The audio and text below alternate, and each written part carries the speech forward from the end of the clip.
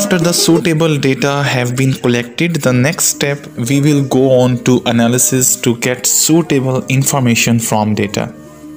For this purpose, we will learn graphical analysis. Neatly constructed diagrams are more attractive and have long-lasting impression on the mind of readers. So in this video, we will learn the most common form of graphical analysis to present qualitative data. Bar chart and pie chart are one of them. Many situations in our real life we deal with numerical values and percentage values. So that we use bar chart to express the strength of single variable, and to express percentage graphically we use pie chart.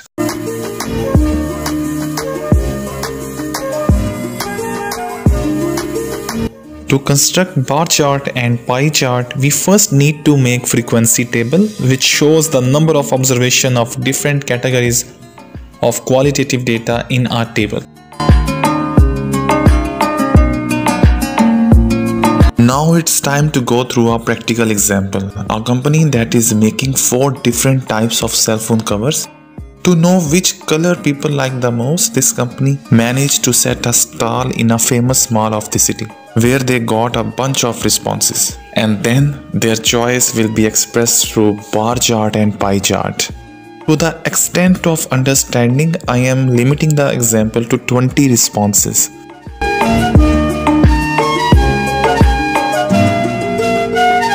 So the very first step is to draw a frequency table, where in first column we mention the number of given categories of variable and the number of their occurrence comes in second column.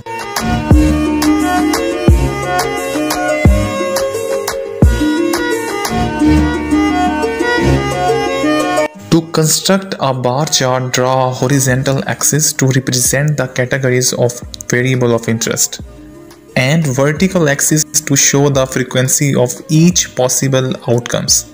As we use the cell phone cover data, the variable of interest is cover color. We use horizontal axis to express 4 different colors and vertical axis to cover all possible data by using chronological order. Then we make bars. The height of bars is actually used to represent the number of people who liked specific color. We extend the length of bars until we reach the frequency of a specific category. By looking at the bar chart, we can say that maximum number of people like magnetic black color.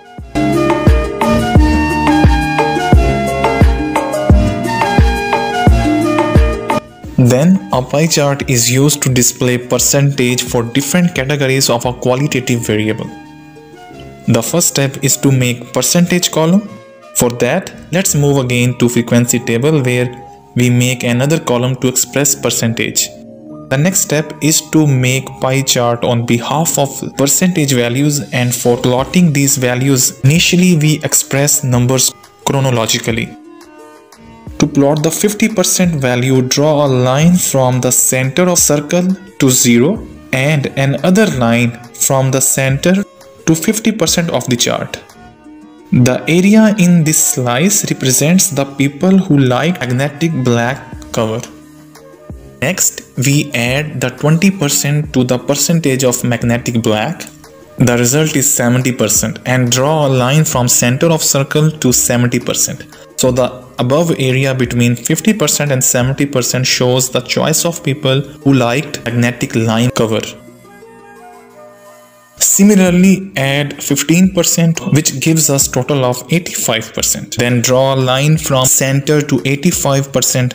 This particular slice shows the percentage of people who liked tangerine orange color. The remaining 15% adds to the chart to express fuchsia red choice. Because each slice of the pie chart represents the choice of people as percentage, we can easily compare them. So we can say that the largest of percentage, people like magnetic black cover. Magnetic black and magnetic lime together reflect 70% of people's choice. Whereas tangerine orange and fuchsia red jointly express 30% choice of people. Now we move to exercise section, where in first question the payment method of 16 customers has been shown.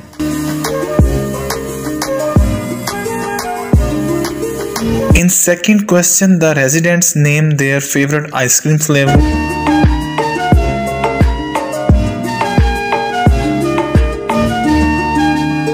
The third question is about favorite pizza brand.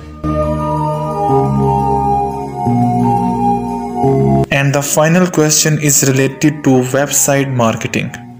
In all 4 questions, we need to construct bar chart and pie chart. Hope you learned a lot, and that's enough for today. To get more informative videos like this, you need to subscribe Toolkits. Stay tuned.